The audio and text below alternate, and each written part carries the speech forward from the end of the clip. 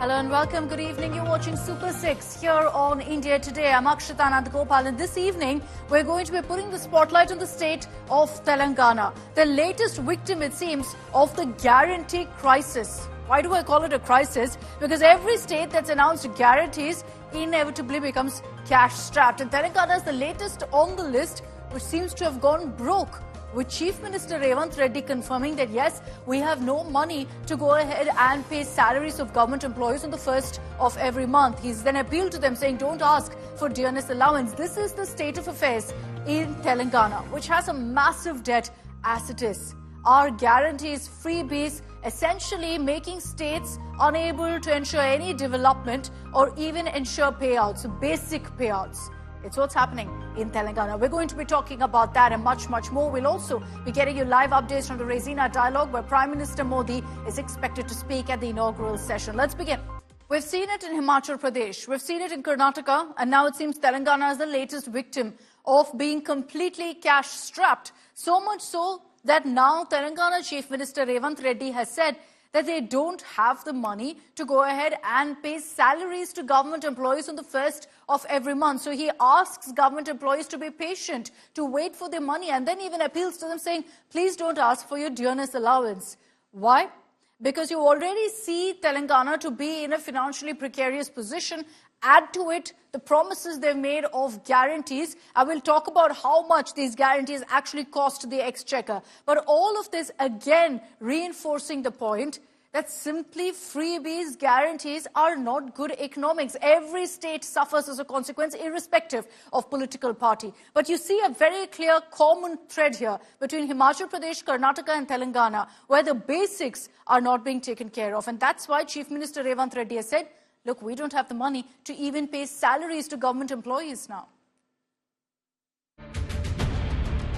The Telangana government is facing a severe cash crunch.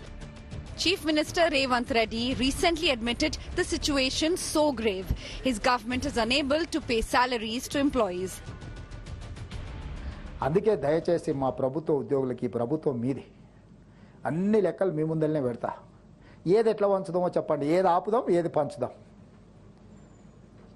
Me legitimate right డిఏలు కావచ్చు కరువు భత్యం కావచ్చు ఇవన్నీ మీ లెజిటిమేట్ రైటే కానీ నిజమైన జీతభత్యాలు మొదటి తారీఖు నాడు ఇవ్వడానికే 7 lakh crores. Chief Minister had made a similar claim at the India Today conclave, where he hinted at financial crisis and called for a national debate on freebies.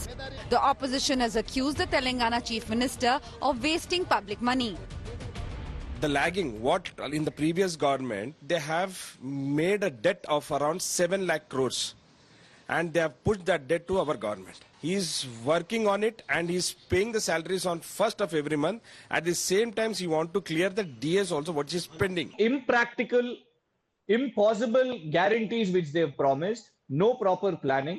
And today, you just go in front of the employees and say that you cannot, disburse the funds which the pensioners should get, or even the salaries. The BJP has blamed Rahul Gandhi. The party spokesperson claimed the leader of opposition is busy holidaying in Vietnam, while all his states are facing a financial crunch. Welfare schemes are also draining other states like Himachal Pradesh, Karnataka and Maharashtra, sparking a debate on the viability of freebies. With Abdul Bashir, Bureau Report, India Today. So let's talk about really what's happened in Telangana and how we've seen this happening in other states too, in Himachal Pradesh, Karnataka, where you have the guarantees that were announced by the Congress. How, in fact, the amount of money it actually takes for something like this versus the crisis that Karnataka already is facing. Karnataka, the money allocated for guarantees is 51,034 crore rupees. And despite this, there's a big question mark on whether all of the guarantees will be implemented or not. This at a time when the state's debt crisis is at 7.65 lakh crore. And obviously it begs the question, can we really afford to have freebies? Can we really afford to be giving out things for free and having these guarantees when this is the debt crisis? Imagine the economic health, the fiscal health of this kind of a state. Now in Telangana too, you're seeing a similar issue. The money allocated for guarantees is much higher than Karnataka at 69,572 crores. The debt crisis in Telangana, 2.74 lakh crores. This is something that Chief Minister Revanth Reddy also spoke about, saying, I had no idea there was such a big debt crisis. But having said that, is that then a question mark over whether guarantees will be given, doled out or not? In Himachal Pradesh, the money spent, or rather being spent on guarantees, is 2,200 crores. Keeping in mind smaller states, smaller amount needed. But the debt crisis, 1.58 lakh crores. Now, the Sukhu government in Himachal right now is struggling so much to ensure they have enough money that reportedly they're even asking temples to hand over the money that they make as revenue because they say it's for a good deed to ensure that people get development. This is the situation, the current plight of states that have announced guarantees of freebies. And while we've given you 3 examples because of the guarantee model that we've linked to each of them, there are many other states, and unfortunately every political party is going down this road of freebies, and in every one of these states you will see a similar story of a financial crisis and some sort of financial burden because of freebies. We'll have to see what really happens in Telangana and how Chief Minister Revanth Reddy will actually deal with this crisis. But let's talk now about a story that came in from Tamil Nadu. The spotlight right now is on an alleged liquor scam in the state. The BJP took to the streets of Chennai today to protest over this alleged liquor scam, allegedly 1,000 crore liquor scam in Tamil Nadu. But what happened was that every single one of the senior leaders were almost immediately detained, from Tamil Nadu BJP chief Annamalai to Tamilisai Soundararajan to Raja to Vinod Selvam. They were all detained when they attempted to protest in what is one of the designated protest sites in Chennai. But clearly they said permission isn't granted, and so they were all taken into custody one after another. Remember, this comes as the BJP was attempting to protest over what they allege to be a mega TASMAC scam. TASMAC are the government-regulated liquor shops across the state of Tamil Nadu, the only ones authorized, essentially, to sell liquor. Now, the Tamil Nadu BJP chief, Annamalai, has claimed that the DMK government has something to hide, and that's where they're resorting to these kind of detentions. But what's really been the spark for this kind of a protest and this war of words? The Enforcement Directorate is looking into alleged irregularities in these state-owned liquor stores. The ED claims that these liquor shops systematically inflated expenses. They created fake purchases and thereby diverted around 1,000 crore rupees into unaccounted funds. Where did this money go? Who benefited? We don't know any of that. But the DMK government has said there's no question of any sort of scam. The BJP attempting to protest today, but didn't manage to, as they were immediately detained. All are being detained over here as they are protesting against the Tamil Nadu government, especially over the ED raid and the TASMAC scam. The Enforcement Directorate, after conducting multiple raids, went ahead and they have filed 3 FIRs. One about selling the liquor at a higher price. The second one about kickbacks being received by TASMAC officials from distillery owners. And the third one is about higher officials from TASMAC itself getting bribed from retail TASMAC shop workers, either or like for transfer as well. So this is the reason BJP has called in for a protest over here. But as and when the cadres are assembling over here, they are being detained. Tamilisai Soundararajan and Vinod Selvam have also been detained. But still, BJP claims the protest will continue at this spot. Divyan, Pramod Madhav for India Today.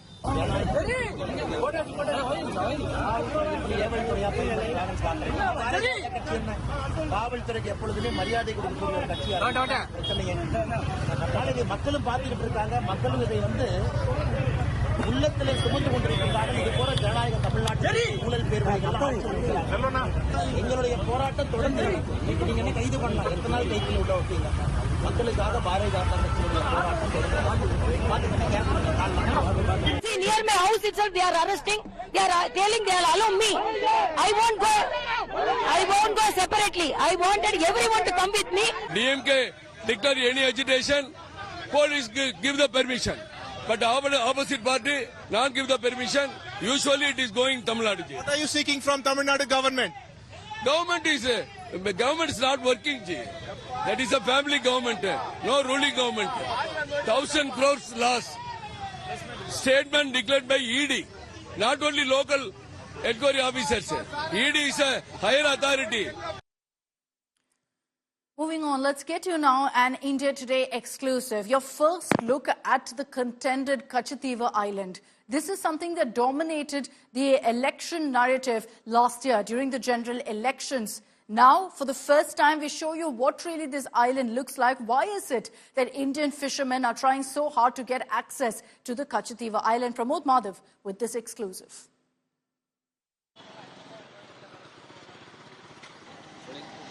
Historically, in Tamil Nadu, the landmass is divided into Kurinji, Mullai, Marudam, Neithal and Palai, of which Neithal means the land that is near to the sea and the people who live over here. Yes, we are at Rameshwaram and we are here to find out the certain things about one island which is just 25 kilometers from this particular island called as Katchatheevu. And yes, behind us you see the famous railway bridge which is attaching Rameshwaram to the mainland, and why this particular Katchatheevu is of very important strategical point for the fishermen from Tamil Nadu and the fishermen from Sri Lanka, and why it has become an issue for decades that has not been resolved so far.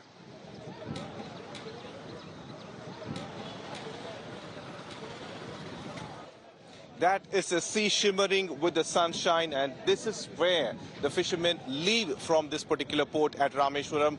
We have reached the Rameshwaram fishing port, and from here we could easily see at least 1,000 fishing boats which are now being packed by devotees who want to reach Katchatheevu. Remember, only once a year Indians are allowed to reach Katchatheevu, an island which is generally out of hands even for Indian fishermen to go to that spot. And this 1 year people are allowed to go there, and it's expected at least 8,000 people will reach Katchatheevu for 1 day alone.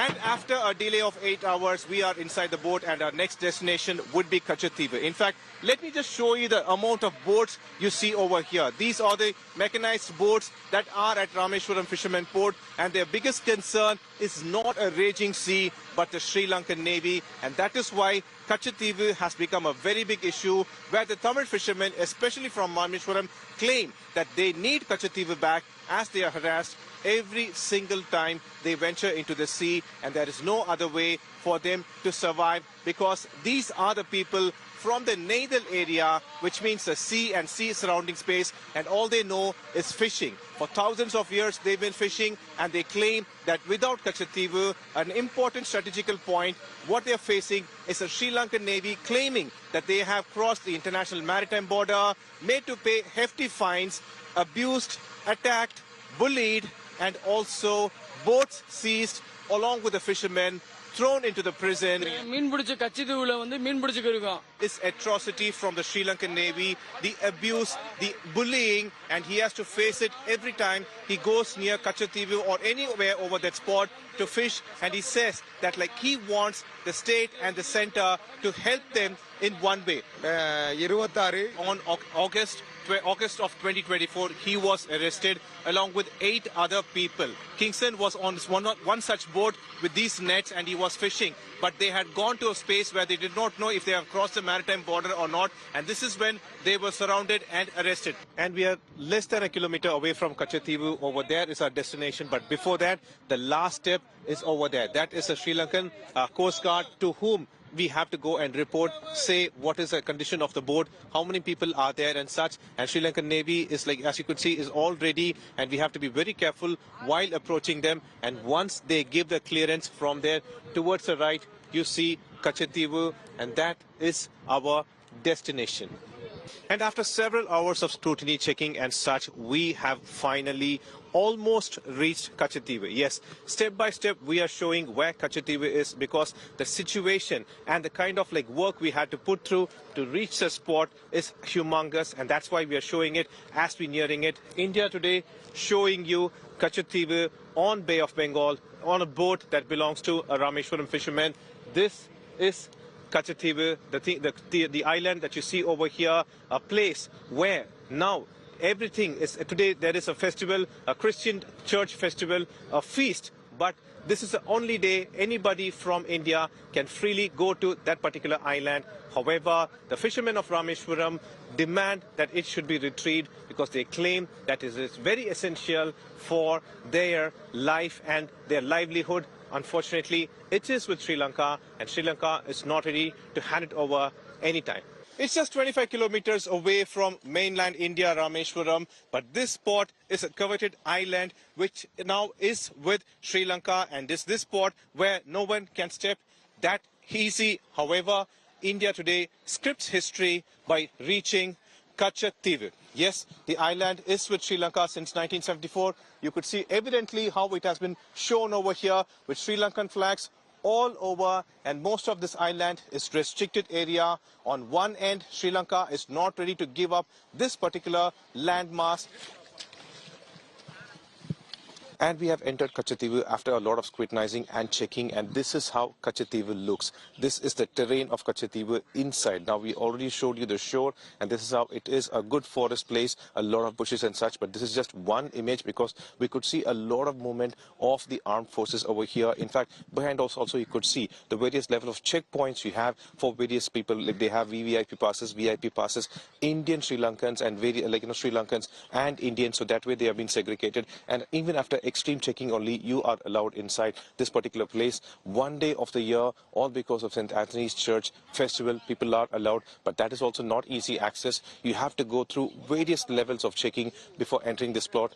Interestingly, drones are not allowed, so that is how Sri Lankan government is handling and maintaining Katchatheevu.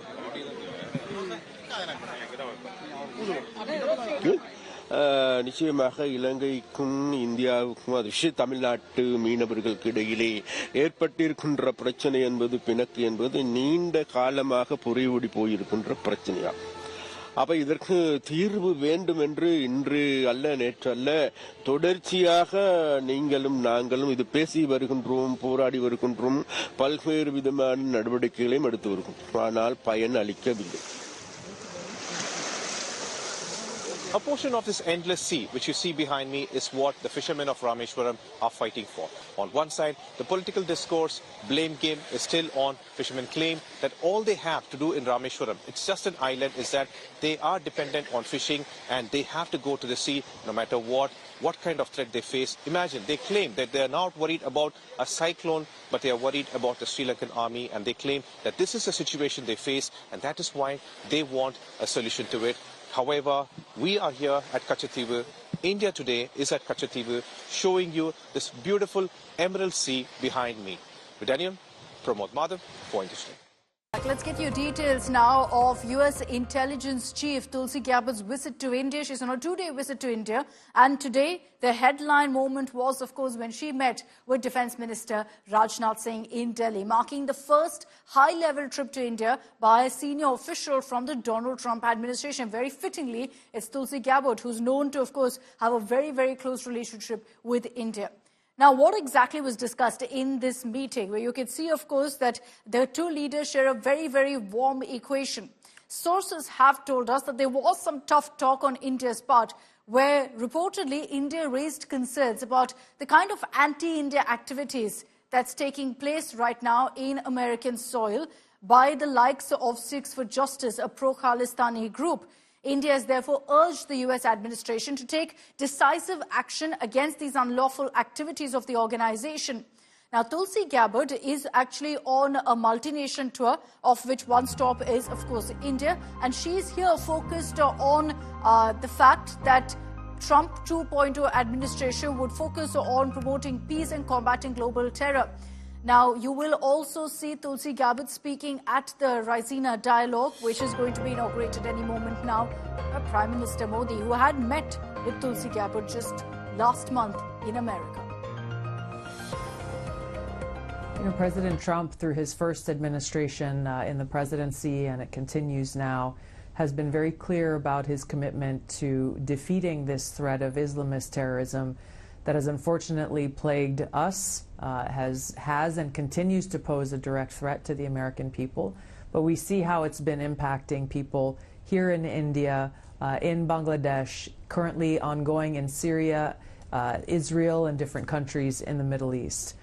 So this is a threat that I know Prime Minister Modi also takes seriously, and one where the leaders of our two countries will work together to try to identify and defeat that threat. My own personal spiritual practice, my personal relationship with God is the center of my life, and I do my very best every day to live a life that is pleasing to God, and what better way to do that than to do my best to be of service to all of God's children. And so in different times of my life, whether serving in war zones in different parts of the world, or the challenges that we face now, it is Krishna's teachings to Arjuna in the Bhagavad Gita that I turn to in the best of times and the worst of times, and continuously learn critical lessons from Krishna to Arjuna that give me strength, that give me peace, that give me great comfort through all of the days. Okay, let's focus on the event that the world's talking about. Sunita Williams now a step closer to finally coming back home, to returning to Earth, stranded in space for over 9 months now.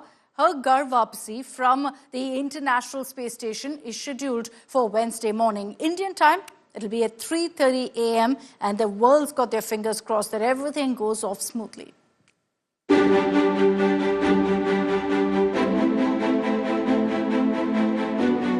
It was all claps and cheers as the hatch of the SpaceX Dragon spacecraft opened, and the members of Crew 10 entered the International Space Station. There were hugs galore as Crew 10 astronauts met Sunita Williams and Butch Wilmore.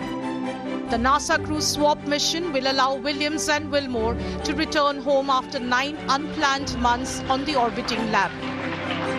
The Crew 10 mission is a long-awaited first step to bring both back to Earth, part of a plan set by NASA last year that has been given greater urgency by US President Donald Trump since he took office in January. We're coming back before long, so, don't make all those plans without me. We'll be back before too long. I can tell you at the outset, all of us have the utmost respect for Mr. Musk, and obviously respect and admiration for our President of the United States, Donald Trump. We appreciate them. We appreciate all that they do for us, for human spaceflight, for our nation. And we're thankful that they are in the positions they're in.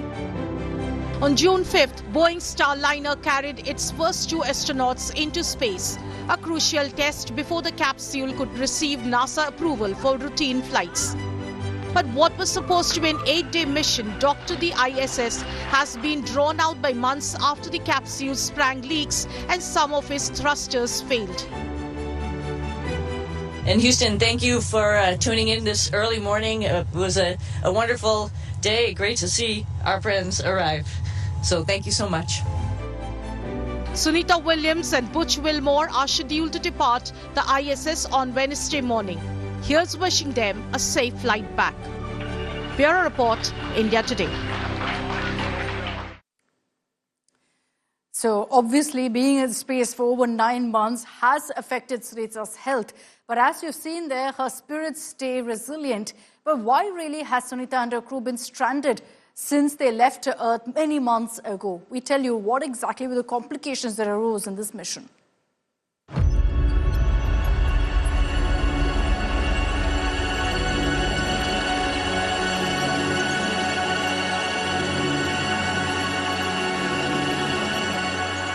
She is waiting to return after 9 long months in space. She has lost weight, but not her spirits. It has been a long wait and uncertainty for her family and friends. It brings to mind family and all the people on the ground who support us. So, it's been a roller coaster for them, probably a little bit more so than for us. We're here, we have a mission, we're just doing what we do every day, and every day is interesting because we're up in space and it's a lot of fun. So I think the hardest part is having the folks on the ground have to not know exactly when we're coming back. Know, of course, that we are coming back with Crew 9, but all of that uncertainty, I think, is probably the most difficult part, and it takes a little time just to have that conversation with them on a daily basis and say, hey, we're coming back before long, so don't make all those plans without me. We'll be back before too long. Barry Butch Wilmore and Sunita Williams blasted off on a test mission to the International Space Station on 5th June 2024. And liftoff of Starliner and Atlas V, carrying 2 American heroes. They were expecting to be back home in a matter of days, a week to be specific, but things did not quite go to plan. 58-year-old Sunita Williams and Butch Wilmore flew a Boeing Starliner spacecraft to the International Space Station. It was the first flight of its kind with people on board and was a test designed to see how the new spacecraft performs before it is used more regularly.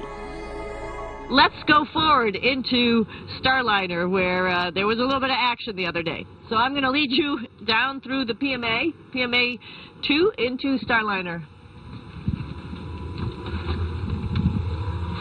All right, going in through the IDA, the docking adapter, and then into the spacecraft. Here we are.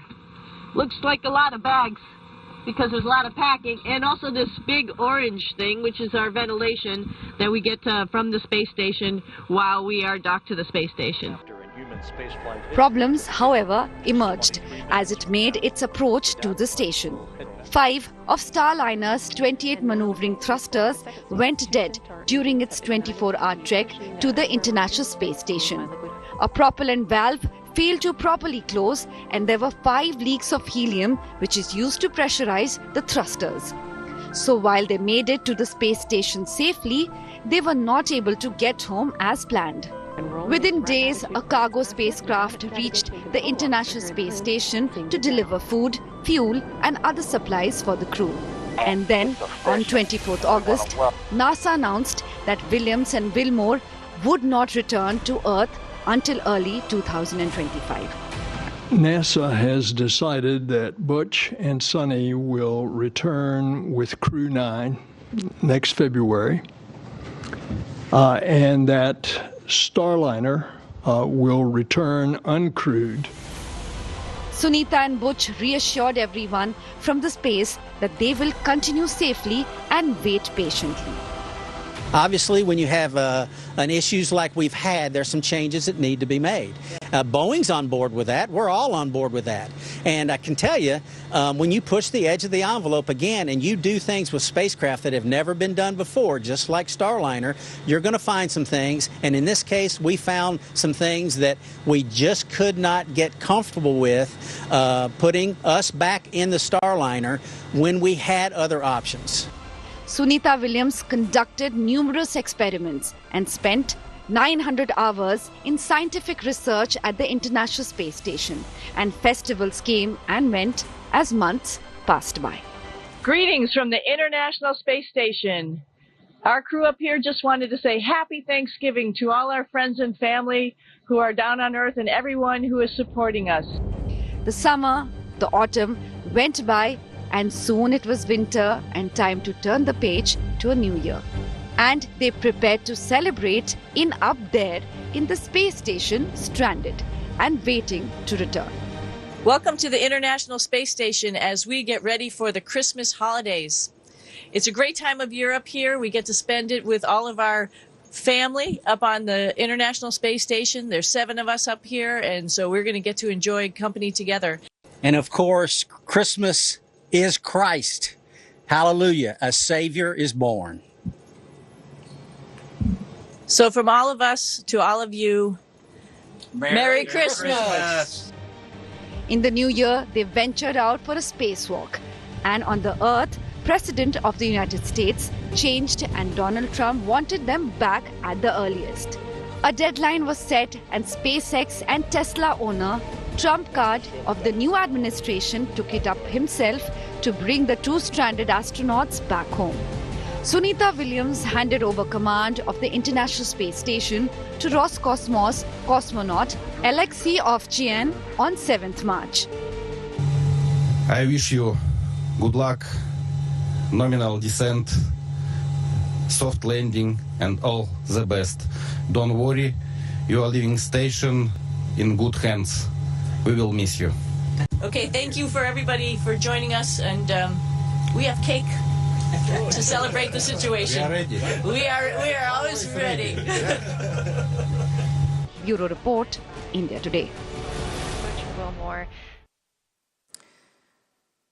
So while we're all hoping, of course, for a safe return, safe touchdown for Sunita Williams and Butch Wilmore, it won't be easy because even post that, they're likely to experience severe physical and psychological challenges because they have to readjust to Earth's gravity after such a long, extended stay in space. So we'll get you in our next report all the details of the kind of health challenges that Sunita and Butch face because they've spent over 9 months in space. We're talking about their bone density being affected and also the fact that they've aged very differently in just 9 months. Go for meeting one. And we all know that. A 10-day space odyssey that ended up lasting almost 10 months. But it will not be a normal homecoming. Williams and Wilmore will face difficulties to adapt to Earth's gravity. The two may experience baby feet after extended space travel, which means they will lose the thick part of their skin as weightlessness causes foot calluses to diminish. They may experience dizziness, vertigo and difficulty walking for the first few days. Even though astronauts exercise in space, muscles especially in the legs and back weaken due to reduced use. Prolonged weightlessness leads to bone density loss, increasing the risk of fractures. In space, fluids shift upwards and the heart does not have to work as hard to pump blood. They will require a period of cardiovascular recovery. They might experience spatial disorientation as the brain readjusts to the constant downward pull of gravity. To counter these effects, NASA and other space agencies have extensive rehabilitation programs involving physical therapy, medical monitoring, and gradual reconditioning. After coming back from space, Sunita Williams and Butch Wilmore will take weeks to acclimatize. Bureau Report, India Today. So what has Sunita been up to in space for the last 9 months, especially since her mission got extended by so much longer than what was expected to be? She's been taking part in groundbreaking experiments, record-breaking spacewalks. Her journey aboard the ISS, the International Space Station, has no doubt left an indelible mark on the future of space exploration.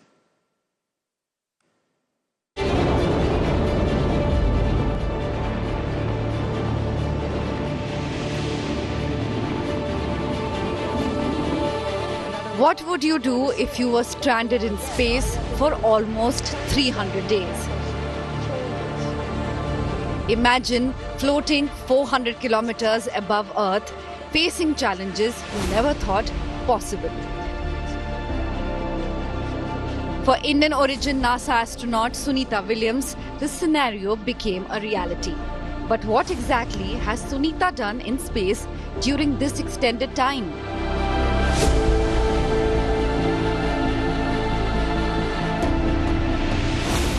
From growing lettuce in space to conducting groundbreaking experiments, Williams has been busy.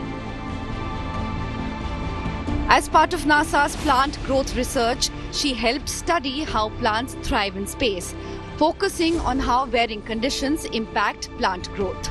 Williams also made history by breaking spacewalking records, spending over 62 hours outside the International Space Station. She also helped set up the packed bed reactor experiment, studying how to improve water recovery and heat management in space. The advancements could be crucial for long-term missions to the Moon, Mars and beyond. While it is a far cry from the space adventure we imagine, with over 900 hours of research and numerous record-breaking achievements, Williams' time in space has made history.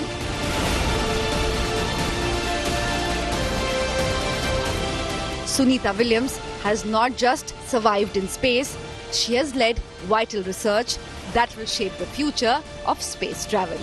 Bureau Report, India Today. And our next report details out for you the timeline of the entire mission. Remember, it was originally launched in June 2024. And their mission, Sunita Williams and Butch Wilmore's mission aboard Boeing Starliner spacecraft, was meant to last for 8 days. Instead, it went on to 9 months. Here's our next report. Stuck in space for months after they returned to Earth hit by space shuttle snags, Sunita Williams and Butch Wilmore are finally earthbound. What was meant to be a short space mission turned into a near 10-month ordeal in space. The SpaceX Dragon spacecraft to bring them back will launch aboard Falcon 9 rocket from the Kennedy Space Center in Florida on Thursday. Launched on June 5th, 2024, aboard Boeing Starliner spacecraft, Sunita Williams and Butch Wilmore were supposed to stay in space for just 8 days. But an isolated leak forced NASA to extend their stay at the International Space Station. The snag in August 2024 had forced NASA to delay the return till early 2025. Nighttime. Greetings from the International Space Station. Sunita and Wilmore made the most of their extended stay. They celebrated Thanksgiving and Christmas in space, with NASA releasing festive images of the duo aboard the ISS. However, those images also sparked concerns Williams' health after spending months in zero gravity. In January 2025, Williams connected with students at her former high school, sharing experience about life in space. I'm trying to perfect my gymnastics, of course. I think I'm getting pretty good at it. I can even still talk while I'm doing some of them, which is pretty fun. So for fun, that's pretty cool. In front of the International Space Station, where our space... Sunita's space ordeal sparked a furious attack from Donald Trump and SpaceX CEO Elon Musk on then-President Joe Biden. Welcome. Trump even had a pep talk for Butch Moore and the woman with the wild hair. We love you and we're coming up to get you, and you shouldn't have been up there so long. They've been left up there, think of it. And I see the woman with the wild hair, a good solid head of hair she's got. There's no kidding, there's no games with her hair, but, and you know, there's a danger up there too. Good afternoon and welcome to NASA's Kennedy Space. NASA has confirmed that Sunita and Wilmore will touch down between 14th and 15th of this month. Bureau Report, India Today. Yeah, very happy. Yes, indeed. Yeah, we are thrilled as well. So Sunita Williams has always been someone who's made headlines in India. She's remained deeply connected to her Indian roots, even while journeying through the vastness of space. Here's all that you need to know in our next report about the veteran NASA astronaut's life and her remarkable journey to space. The Indian origin veteran NASA astronaut Sunita Williams has left an indelible mark on the world of space exploration. Born on September 19, 1965 in Euclid, Ohio to Dr. Deepak and Boni Pandya, Sunita considers Needham, Massachusetts to be her hometown. Sunita completed her bachelor's in physical science from the U.S. Naval Academy in 1987. She then did her master's in engineering management from the Florida Institute of Technology in 1995. Williams received a commission as an ensign in the United States Navy from the Naval Academy in May 1987. She was designated a naval aviator in July 1989. Selected as an astronaut by NASA in June 1998, she reported for training in August 1998. Williams has spent a total of 322 days in space over the course of her 2 missions. With 50 hours and 40 minutes, she is second on the list of total cumulative spacewalk time by a female astronaut. Sunita Williams has dominated headlines after she found herself stranded in space due to technical issues with a Boeing Starliner.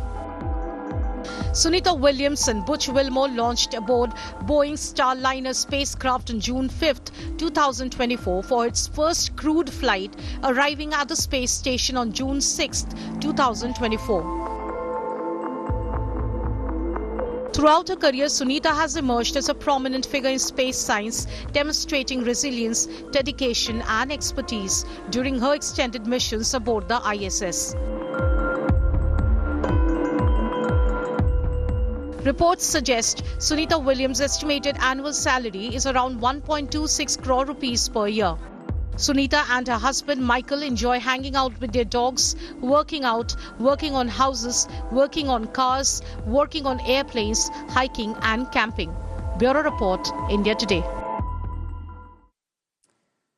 And Wednesday morning, Indian Standard Time, 3:30 a.m. is when Sunita Williams is expected to come back home to return to Earth. And we'll be getting you all of those updates.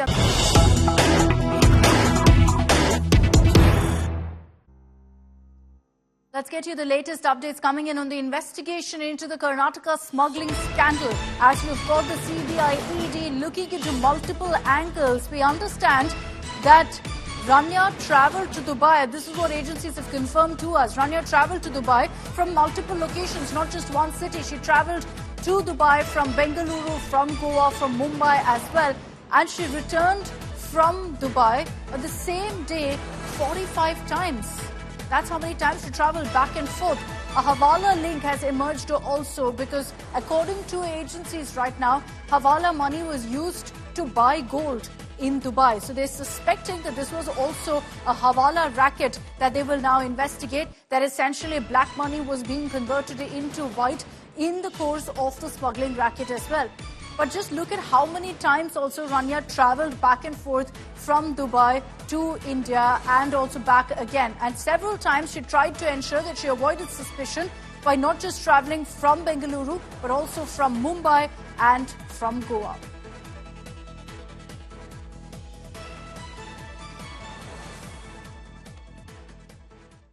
We'll continue tracking all the updates that come in on that investigation. That's all we have time for on Super 6. Thanks very much for tuning in. I'll see you same time tomorrow.